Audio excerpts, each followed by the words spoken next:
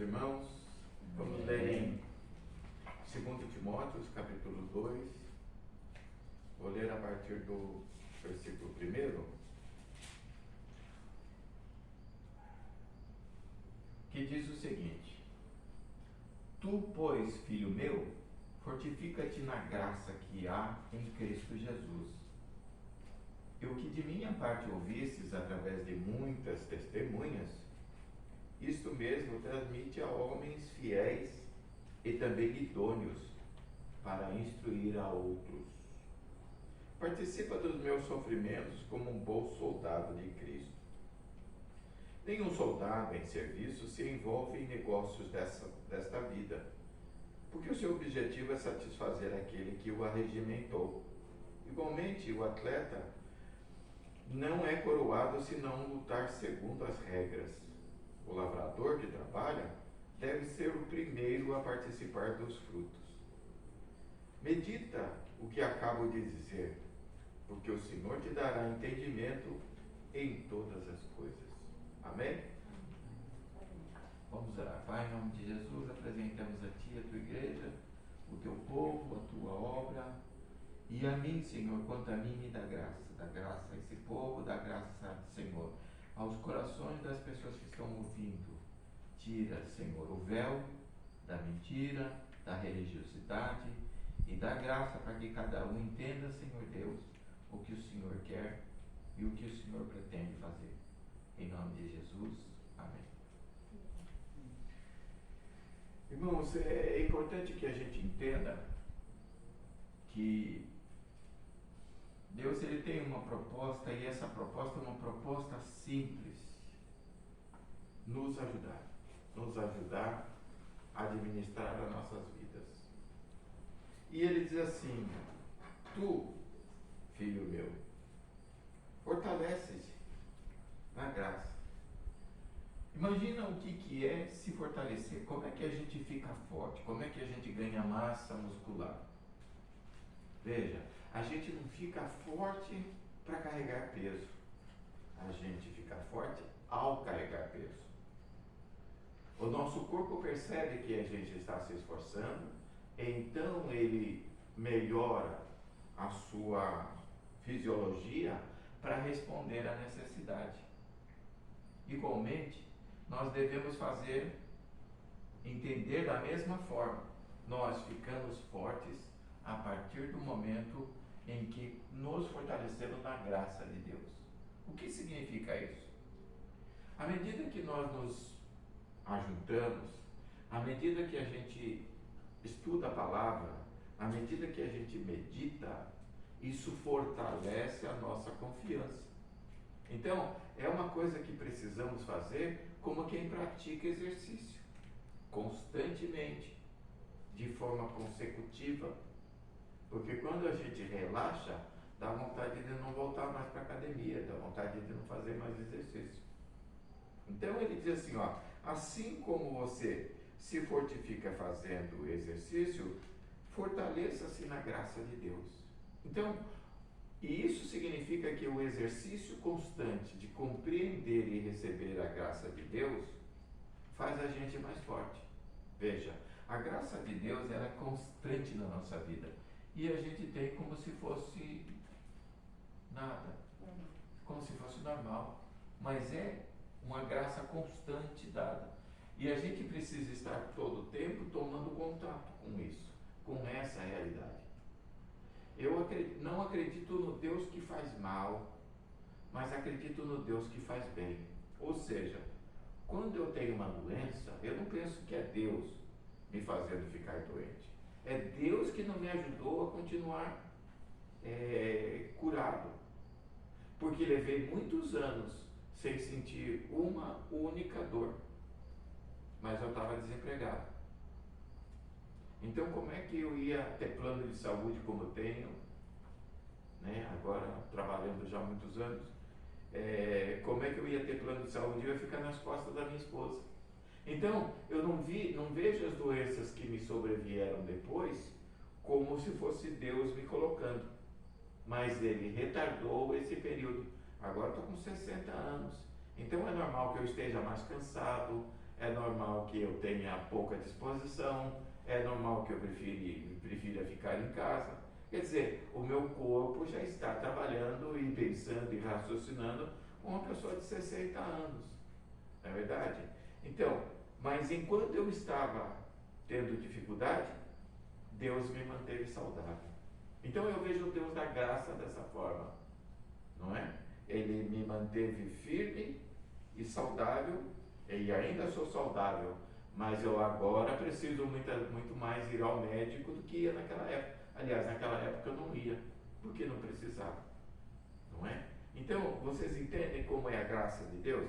A graça de Deus se manifesta a todo tempo, mas a gente precisa se fortalecer observando que ela está ativa. Quando vier o dia mau, lembra dos dias bons. Quando o nosso parente, nosso pai, nossa mãe, nosso irmão, nosso primo ficar doente, vamos nos lembrar dos quantos anos que ele não ficou. Quando ele precisar da gente, vamos lembrar que ele nunca precisou, ou de quanto tempo ele não precisa. Se fortalecendo na graça que Deus deu esse tempo todo. Porque se a gente olhar com gratidão um pouco para o passado, a gente vai ver o quanto Deus nos ajudou. E isso é se fortalecer, não é? Que está na graça que está em Jesus. O que da minha parte ouvistes através de muitas testemunhas, ouvir em grego é akouo. Akouo significa prestar atenção, estar atento, observar, estar observando, é akouo.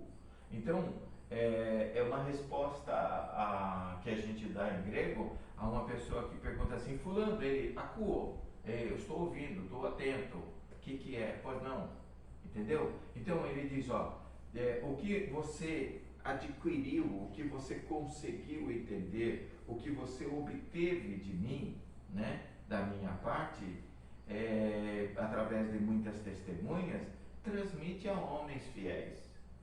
A palavra fiel em grego é pistis, é a mesma palavra de fé. Então, transmite a homens que tenham fé. Aquilo que você ouve de mim, passa para homens que tenham fé, para homens que sejam capazes de entender esse conceito que você está vivendo, que você está passando, e também idôneos. Uma pessoa pode ter fé, mas pode não ser idônea, né? Idônea é uma pessoa que tem respeito próprio, que preserva o seu nome, né? Que tem uma autogestão que seja boa. Não é aquela pessoa que faz o que está na cabeça, que fala o que dá na cabeça, não é? Não deve a ninguém e tal. Que seja idôneo. Aquilo que você aprendeu de mim, procura homens que tenham tendência de acreditar, pistis, que tenham fé, e passa isso para ele, né? Porque não foi uma coisa que você ouviu sozinho. É isso que ele está dizendo. Não é uma coisa que você ouviu sozinho. E procura também homens que sejam idôneos e também capazes de instruir. Tem pessoas que não são capazes de instruir, né? Participa dos meus sofrimentos. Muitas vezes, irmãos, a gente sabe às vezes o sofrimento de uma pessoa boa, honesta, justa, santa, derruba a gente. A gente fica dizendo, poxa, como é que fulano está naquele estado? Mas é natural. Coisas ruins acontecem a pessoas boas. É isso que a gente precisa entender. Veja, uma coisa que as pessoas precisam entender, esse reinado não é de Deus. Se fosse de Deus, Jesus não dizia, pede ao Pai que venha o reino dele, venha a nós o vosso reino. Se esse aqui fosse o reinado de Deus, não estaria do jeito que está. Estaria ótimo. Porque lá onde Deus reina, que é o reino dele, lá está ótimo. Tanto é que está todo mundo torcendo para estar lá. Não é? Então, irmãos, o reinado de Deus é perfeito, é bom. Mas esse nosso reinado aqui que Adão herdou, que Adão tomou, e que está sendo administrado em boa parte pelo próprio Satanás, é um lugar de sofrimento. Muito sofrimento. Então, irmãos, não se escandalizem com o sofrimento. Eles aqui, ó, participa dos meus sofrimentos, compreende os meus sofrimentos. Ele era um homem aguerrido, um homem que saía, dava cara a tapa, que fazia inimigos, que não tinha preocupação. Então ele ganhava muitos inimigos, não é? E sofre como um bom soldado, tá? Então, irmãos, é importante a gente saber que nós, como soldados de Cristo, estamos em tarefa, em missão. A nossa vida aqui é uma missão. E você já recebeu hoje uma missão. O que Deus falou para você? Transmite aos outros o que de mim ouvistes. Procura homens idôneos, pessoas que sejam dignos de ouvir essa verdade que você ouviu. Isso é uma tarefa. E como bom soldado, ele diz aqui, ele não se embaraça com coisas dessa vida. O soldado, o bom soldado, é aquele que missão dada é missão cumprida. E a gente tem que tomar cuidado para não ficar misturando aquilo que nós fomos chamados para fazer com aquilo que nós queremos fazer. Mas fazer aquilo que Deus, que Jesus nos comissionou. Em todo tempo estar atento, em todo tempo estar pronto e ouvindo uma ordem de Deus, fazer. Tá bom? E por final, ele não está não pega a missão dele com a ideia de se fazer a sua própria vontade, mas satisfazer, cumprir aquilo que alguém mandou. Ele também compara a nossa vida com a vida de um atleta. Igualmente, o atleta não é coroado se não lutar legitimamente. Aqui diz, conforme as regras, que é de forma legítima, de acordo com a lei, né, legalmente. Nós fomos contratados por Deus para uma maratona. A vida é uma maratona. Estar aqui é uma maratona. Por quê? Porque ao nosso redor existem pessoas correndo muito. São muito rápidos em fazer bobagem, muito rápidos em tomar decisões, muito rápidos em lascar a sua vida, né? E muitas vezes a gente tem que correr para não deixar aquela pessoa morrer, para não deixar aquela pessoa destruir a própria vida. Agora há poucos dias, eu e a Adriana fomos a Campos do Jordão ajudar o nosso irmão Ivani, né? Uma pessoa que trabalha muito, que come muito mal, que engordou bastante e que teve um infarto, né? Quer dizer, ele estava na maratona dele, na maratona da vida dele, correndo atrás dos negócios dele.